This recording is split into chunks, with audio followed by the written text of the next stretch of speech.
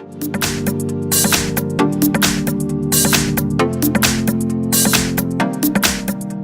have VIVO Xshot, and let me show you how to enable here super saving mode on the following device. So at the very beginning, let's just use the down bar right here. Let's swipe to the left and choose super saving.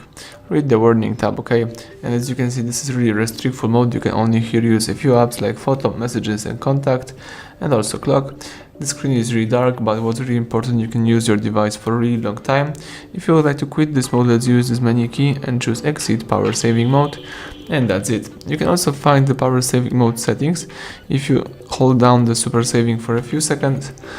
And here we've got the information about the super saving. Here we've got also the power consumption ranking. So that's it, everything went well. Thank you for watching. Please subscribe our channel, leave thumbs up under the video.